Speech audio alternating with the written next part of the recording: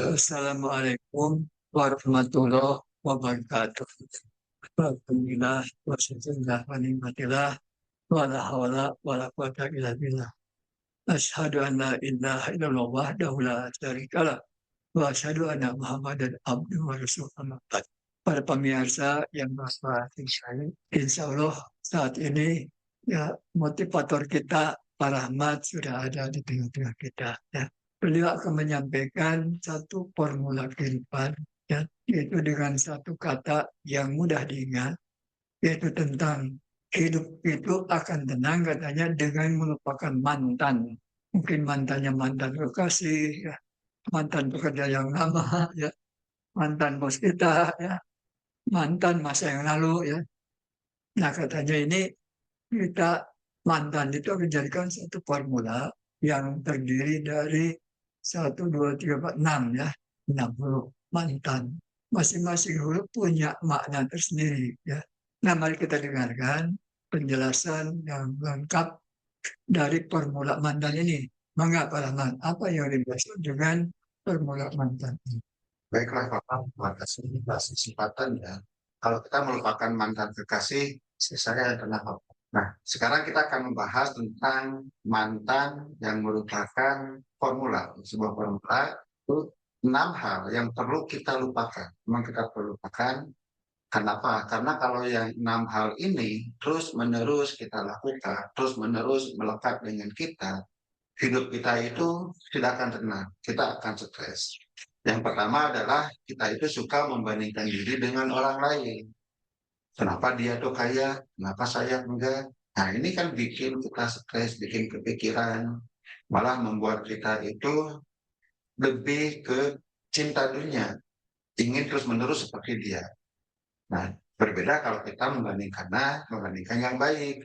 Orang lain itu misalnya rajin ibadah, sementara kita bisa, nah ini hal ini nggak masalah. Tapi kalau membandingkan diri tentang kekurangan-kekurangan kita, kemudian kenapa dia naik jabatan, kenapa tidak, malah ini akan membawa dampak-dampak berpikiran negatif. Baik itu membuat kita rendah diri atau bersangka buruk kepada orang lain.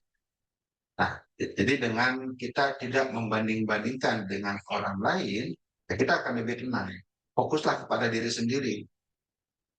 Akan lebih baik kita itu membandingkan diri kita hari ini dibandingkan dengan hari kemarin. Supaya hari ini lebih baik dibandingkan dengan hari kemarin. Nah, termasuk kita juga tidak boleh suka membanding-bandingkan anak kita dengan anak orang lain. Karena akan memberikan dampak negatif yang sama. Kemudian yang kedua yaitu amarah yang tidak terkendali. Jadi kalau kita itu seringkali punya amarah terhadap sesuatu yang membuat kita itu tidak puas. Misalnya kita penghasilan tidak mencapai target, kemudian kita ditinggal seseorang yang hianat, kemudian marah kepada orang lain yang menyakiti kita dan sebagainya. Nah, kalau ini tidak dikendalikan, ya ini akan merusak diri kita. Rasulullah sangat mewanti-wanti supaya kita itu segera mengendalikan amarah.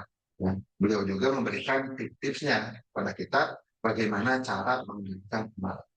Kemudian yang perlu kita hindari lagi yaitu yang N-nya, niat yang tidak tulus, yaitu tidak ikhlas. Niat tidak tulus itu tidak ikhlas. Kita itu kalau melakukan sesuatu, seringkali kita itu modus. Ada sesuatu yang diharapkan. Masalahnya jika yang diharapkan itu tidak tercapai, yang membuat kita malah menjadi capek. Tapi berbeda kalau niat kita tulus, niat kita karena Allah. Berbuat baik kepada orang lain itu karena Allah, meskipun kita capek, meskipun kita gagal, kita tetap bahwa kita itu tetap mendapatkan pahala. Jadi tidak ada yang sia-sia. Kemudian yang keempat yaitu T. Nah, kita harus menghindari yang disebut dengan takut gagal. Ya seperti Pak Prof katakan, ya kalau kita berpikir negatif, yaitu salah satunya itu ketakutan, ya kita tidak akan bisa bergerak. Orang takut rugi dalam bisnis, ya tidak akan pernah bisnis. Jadi rugi dalam bisnis itu adalah wajar. Tapi sekali lagi, kita juga tidak boleh terlalu berani. Terlalu takut tidak boleh, terlalu berani tidak boleh. Ya berani harus, takut tidak boleh, tapi yang tidak boleh itu adalah terlalu berani. Beranilah secukupnya, tapi jangan takut. Kenapa? Karena takut itu akan membuat kita itu tidak bergerak. Bahkan saat kita mau wawancara kerja, saya takut ditolak. Kemudian kita tidak datang wawancara kerja, ya pasti ditolak. Akan lebih baik datang saja. Kalau sudah datang, kemungkinannya kan dua, tolak atau diterima. Kalau tidak datang, pasti ditolak, pasti gagal. Bisnis juga sama. Kalau kita menjalankan bisnis, mungkin gagal, gitu aja. Tapi kalau kita tidak memulai, ya pasti gagal. Jadi inilah akibat dari takut yang membuat kita itu tidak bergerak. Kemudian yang kelima yaitu ambisi yang berlebih. Saya sebagai motivator seringkali menyarankan seseorang itu punya ambisi. Tapi yang tidak boleh ambisi yang berlebihan. Ambisi yang sampai membuat kita itu lupa yang lain. Ya, menghalalkan segala cara. Ya, sampai lupa ibadah. Nah, ambisi-ambisi seperti itu perlu kita hindari. Jangan sampai merusak hidup kita. Dan yang keenam, ini adalah negativitas yang merusak. Jadi kalau ada hal yang negatif, termasuk pikiran kita negatif yang merusak, kita perlu tinggalkan. Perlu kita hindari, ya, kita lupakan, kemudian ganti dengan pikiran positif.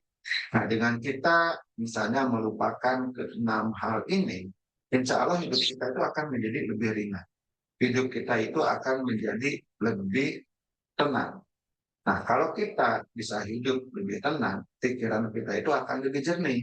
Kalau pikiran kita lebih jernih, maka kita bisa mengambil keputusan yang tepat, bisa merumuskan strategi yang tepat, bisa melangkah dengan baik dan benar, sehingga apa yang kita cita-citakan mudah-mudahan akan lebih mudah tercapai. Begitu Pak Prof kira-kira tentang formula kehidupan bagaimana melupakan. Baiklah, Pak Rahmat dengan para pemirsa, mari kita coba bedah ya masing-masing huruf tadi ya, supaya pemahaman kita itu bisa lebih luas. Ya. Yang pertama M, yaitu tidak boleh membandingkan diri kita dengan orang lain. Mungkin seperti kita ada orang yang dilahirkan sebagai anak orang kecil, ya. Sedangkan teman kita itu anak pejabat, ya. Teman kita jadi orang kaya, ya. Sehingga dia mah hidupnya sangat senang, sangat mudah, ya. Sedangkan kita sangat susah, ya janganlah, ya. Sebab tidak semua anak orang kaya nanti jadi akan menjadi orang kaya, ya. Banyak ada kekayaannya jadi lupa diri. Demikian pula tidak semua orang gede itu anak orang kaya. Banyak orang-orang kecil ya, karena ia berusaha dengan keras, bersungguh-sungguh, akhirnya menjadi orang gede dari orang kaya. Tapi yang lain Pak Rahmat, misalnya kita sebagai pedagang, ya, dagang kita misalnya kok kurang laku, teman kita produk yang sama kok lebih laku, ya. Maka perlu juga kita bandingkan, kenapa dia laku gitu, tidak laku, yaitu evaluasi diri, ya. Oh, dia misalnya harganya lebih murah, ya. Produknya berkeliling kota, tempat strategis. Kan itu boleh kembali gitu kalimatnya. Ada gimana? Ya, tentu saja itu bisa. Kalau saya lihat itu sebagai proses pembelajaran, sebagai proses evaluasi. Saat penjualan orang lain itu lebih baik dibandingkan dengan penjualan kita, ya tentu saja ini adalah kesempatan kita untuk belajar. Hanya saja seringkali terjadi seperti ini, Pak. Misalnya, saya lihat ada orang lain dengan bisnis yang sama, dia itu bisa berhasil, bisa sukses dengan cara penjualan bisnis. Kemudian saya ikutin cara dia, ternyata hasilnya tidak sama, tidak sama. Artinya akhirnya inilah yang akan muncul perbandingan-perbandingan. Oh mungkin dia mah ini, saya mah seperti ini. Nah, yang tidak boleh itu ya seperti itu, yang akan membuat kita itu hilangnya kepercayaan diri. Tapi kalau kita belajar strategi dia, belajar cara dia, kemudian evaluasi cara kita, kemudian disesuaikan dengan kondisi kita, nah itu akan lebih baik. Ya, bahan untuk refleksi dan bahan untuk belajar. Yang dimaksud tidak boleh membandingkan ini adalah yang menyebabkan tiga hal ini. Yang pertama, menyebabkan stres. Menyebabkan stres. Ya bisa, kok saya enggak. Yang kedua, membandingkan juga akan membuat kita itu hilangnya kepercayaan diri. Oh dia mah hebat, saya mah enggak. Kayaknya minder. Dan yang ketiga, yang menimbulkan iri dengki. Oh dia tuh banyak uang, saya enggak. Muncullah dengki kita. Rasulullah mengajarkan, kita itu tidak boleh yang namanya dengki kepada orang lain.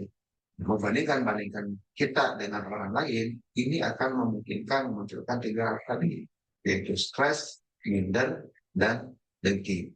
Begitu. Atau mungkin kita menyalahkan Allah gitu ya. Nah, apalagi Ya, oh saya mah anak tukang beca ya, sedangkan dia mah anak pejabat gitu ya. Apa salahnya gitu ya, kan bisa aja kan. dalam sebuah hadis ya, Rasulullah mengatakan kita itu tidak boleh yang disebut dengan berandai-andai. Seandainya saya dulu melakukan ini, seandainya saya lahir di keluarga ini, seandainya. Karena kata Rasulullah, berandai-andai yang seperti ini akan membuka pintu setan. Baiklah, kita lanjutkan dengan huruf yang kedua, yaitu amarah. Amarah yang tidak terkendali. Itulah. Huruf amarah yang tidak terkendali itu ya akan merusak ya, merusak diri kita ya. Kalau kita punya penyakit bisa saja jadi stroke gitu ya, jadi kolap ya. Cuma dengan amarah tidak terkendali mungkin kita pertemanan bisa putus dan sebagainya. Pertanyaan Bapak gimana supaya amarah kita terkendali? Sebenarnya Rasulullah sudah mengajarkan kita cara mengendalikan amarah.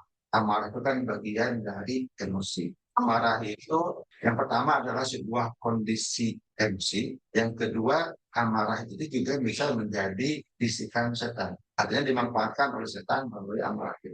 Untuk amarah yang merupakan bisikan setan, ya kita perlu berlindung supaya kita itu dilindungi dari godaan setan. Dan kalimatnya mungkin kita sudah hafal semua, yaitu takut. Auzubillahi minasyaitonir rajim. Kemudian yang berkaitan dengan emosi atau perasaan, Rasulullah mengajarkan kita, kalau kita sedang berdiri, kita disuruh duduk. Kalau kita sedang duduk, disuruh berbaring. Jika perlu, kita berwudu, kemudian sholat. Itu adalah salah satu teknik mengendalikan amarah.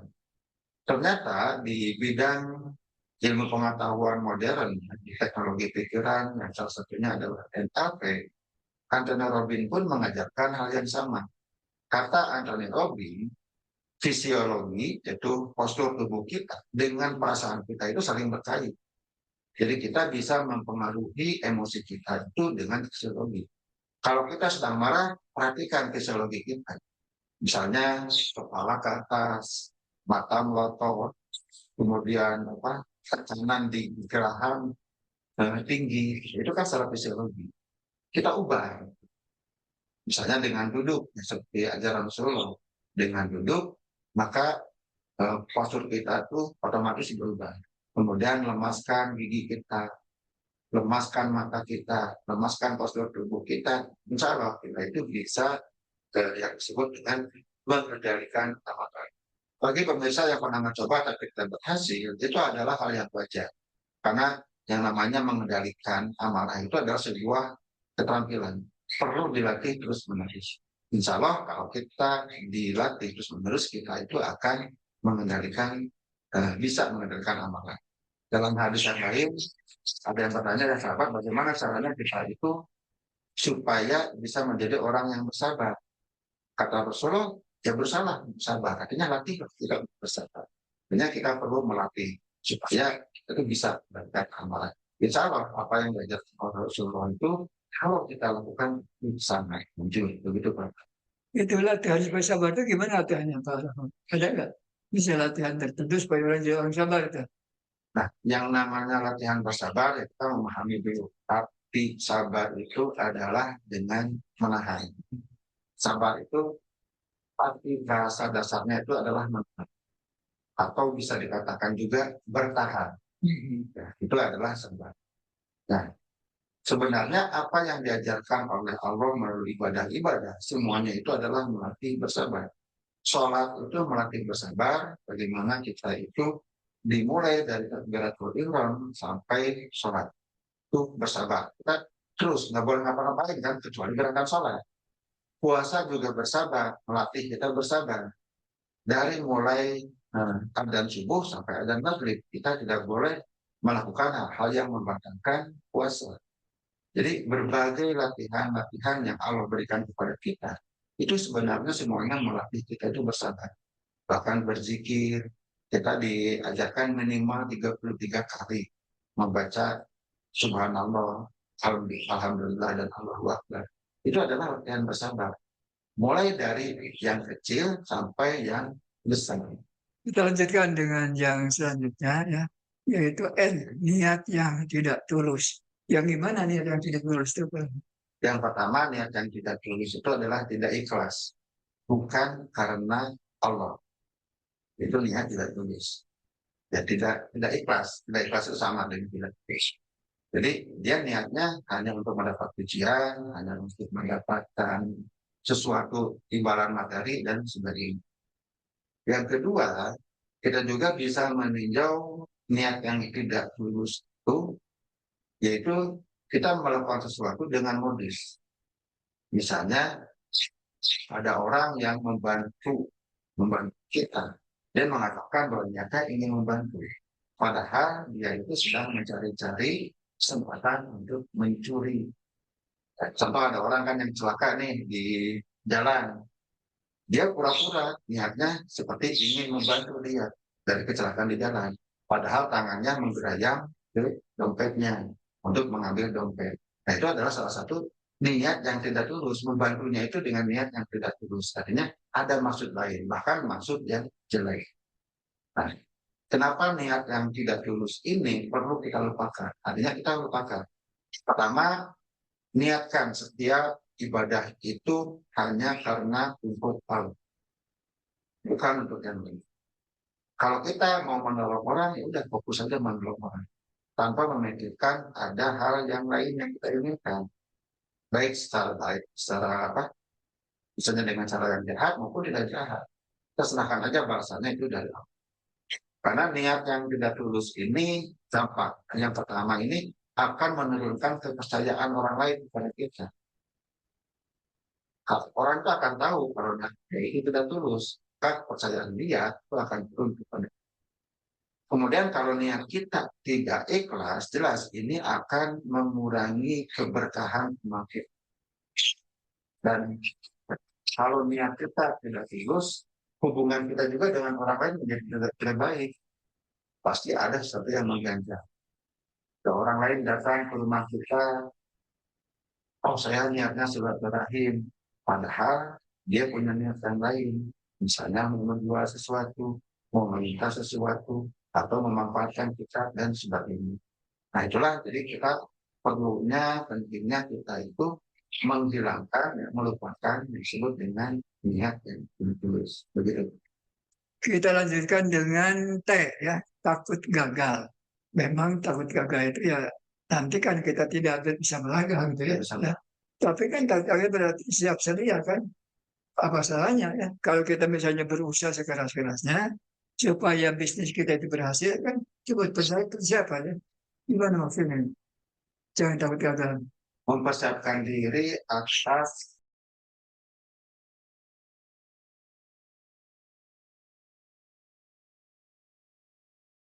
kemungkinan kegagalan, itu harus. Kita hanya baik, itu mempersiapkan diri untuk menghindari kegagalan itu harus. Yang dimaksud dengan takut gagal yang perlu kita hindari itu yang benar-benar menghentikan kita untuk pindah. Misalnya saya mau jualan, tapi takut nggak laku. Kayaknya dia itu nggak jadi jualan. Ini yang tidak boleh. Tapi saat saya mau jualan, misalnya saya mau menjualan es cendol, ternyata sekarang cuacanya hujan nih. Wah saya takut tidak laku karena hujan. Lalu bagaimana solusinya supaya meskipun hujan tetap laku, tetap laris ada yang ini, sehingga kita buat antisipasinya, kita buat strateginya. Mungkin karena sekarang hujan terus orang tidak beli es, dan mungkin yang saya jual saja dalam kondisi. Karena kalau jual esnya kemungkinan tidak laku. Itu sebuah antisipasi risiko, sebuah perencanaan ini baik-baik saja, tidak salah. Yang tidak boleh itu karena takut gagal nggak jadi jualan. Itu atau ganti jadi siang keduanya ya. Betul. Bagi piano sebenarnya. Udah pagi-pagi bubur ayam aja. Iya. Baiklah, kita lanjutkan pada bagian yang selanjutnya. A ya, ambisi yang berlebihan. Itu ambisi yang berlebihan itu gimana? Kan kata Bung Karno ini kan gantung karena katanya cita-cita itu di bintang-bintang. Kalau toh gagal nanti akan nyangkut di bintang gitu ya. Kata Bung Karno kan gitu. Sebagai motivator saya juga sering mengatakan seperti itu saat saya diundang menjadi pembicara sebagai media. Saya menyarankan ke semua orang itu memiliki ambisi yang besar. Yang tidak boleh itu berlebihan. Nah, kita lanjutkan pada yang bagian akhir. Negativitas yang besar. Ya, negativitas yang tidak besar. Mana nih? Ketakutan selama tidak menghentikan kita berjualan, ini adalah sebuah negativitas. Tapi kalau ketakutan ini diubah menjadi sebuah strategi antisipasi, itu menjadi bagus. Bagaimana caranya sih di musim hujan kita bisa laku jualan es senior?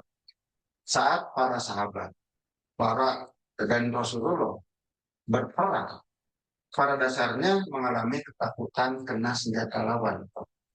Rasulullah kalau berperang kan menggunakan sirah, pakaian pedang, menggunakan helm, membawa perisai dan membawa pedang. Begitu juga dengan para sahabat. Tentu itu karena ketakutan terkena senjata, supaya tidak terluka, supaya bisa memenangkan pertarungan. Tapi ketakutan itu membawa dampak positif sehingga kita itu bisa mengantisipasi. Nah, jadi ketakutan yang membuat kita itu lebih antisipatif, membuat strategi yang lebih baik, itu ketakutannya tidak merusak.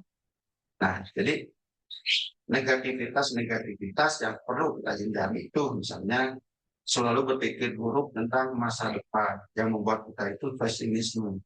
Sekali lagi, ini jika sampai kepada tahap kita itu tidak kehilangan motivasi untuk maju. Kemudian ya akhirnya terjebak hanya kehidupan malas-malasan, menyalahkan orang lain, menyalahkan polisi, dan sebagainya. Nah inilah negativitas yang merusak, yang perlu kita hindari. Jadi akan lebih fokus, ya carilah yang positif.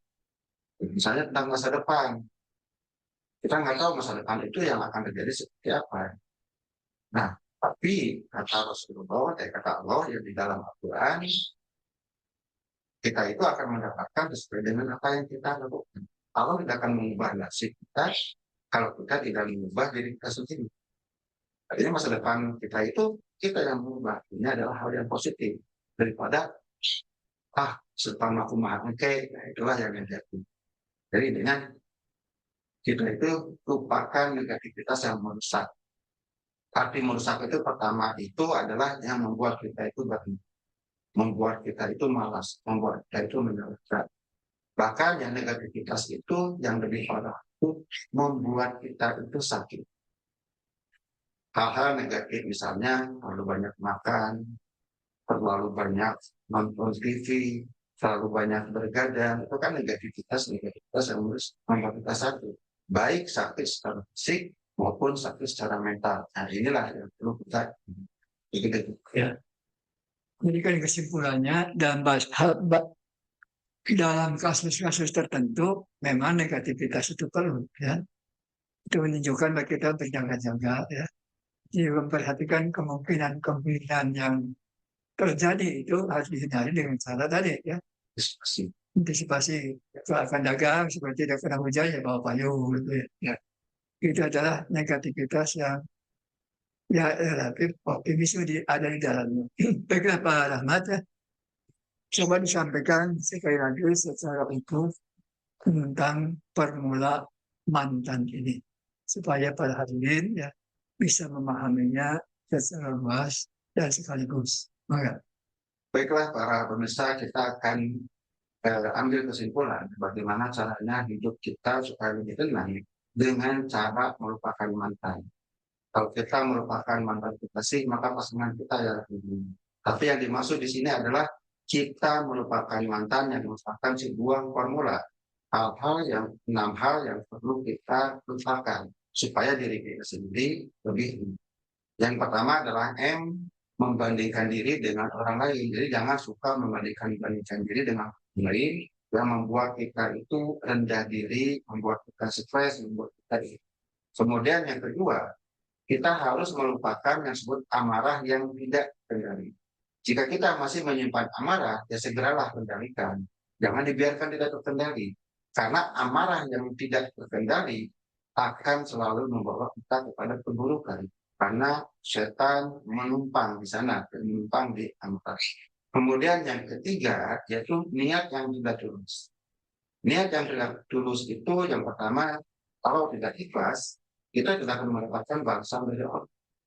Yang kedua, kalau kita punya modus kepada orang lain, akan merusak hubungan kita. Orang lain akan tidak percaya kepada kita. Kemudian yang keempat, yaitu kita harus melupakan disebut dengan takut gagal. Yang sampai kita itu menghentikan kita untuk berusaha. Takut bisnis membuat kita tidak mau bisnis. Takut ditolak wawancara kerja membuat kita itu tidak datang ke wawancara kerja. Takut tidak laku jualan membuat kita tidak jualan. Nah, ketakutan inilah yang perlu kita ucapkan. Kemudian yang kelima, yaitu ambisi yang berlebihan. Kita perlu melupakan yang disebut dengan ambisi yang berlebihan. Artinya, saat kita mengejar sesuatu, sampai kita itu menghalalkan segala cara. Karena yang namanya menghalalkan segala cara, berarti kita melakukan yang haram. Kalau kita melakukan yang haram, kita akan menjerumuskan diri kita kepada dosa dan hal yang negatif lainnya. Kemudian yang keenam, yaitu negativitas yang merusak. Ini yang perlu kita lupakan. Apa saja sih hal-hal yang merusak diri kita ini? Mulai dari pikiran maupun aktivitas fisik, selama itu merusak diri kita, ya kita cukup. Jadi kita lupakan saja supaya hidup kita lebih begitu. Baiklah, para yang Bapak cintai, ya, itulah tayangan kita pada hari ini yang disampaikan oleh Pak Rahmat tentang bagaimana supaya kita hidup tenang. Bahkan maunya kita bukan hanya hidup tenang, ya, tapi bahagia di dunia dan nanti mendapatkan surga di akhirat. Ya. Mudah-mudahan formula ini ada manfaatnya. Ya. Mohon maaf apabila dalam penyajian ini itu melakukan kesalahan. Sekian. Wassalamualaikum warahmatullahi wabarakatuh. Waalaikumsalam warahmatullahi wabarakatuh.